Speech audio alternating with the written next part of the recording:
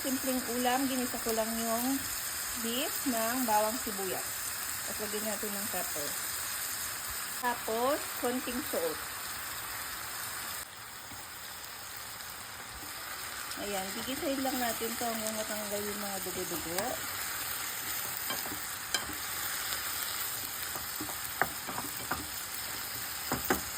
Hinaan yung apoy, tapos takpan muna natin. Mga ano to, 10 minutes.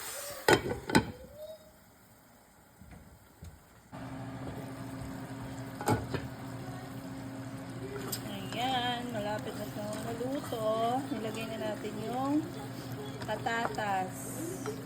Nilagay na natin yung sibuyas. Pang garnish lang.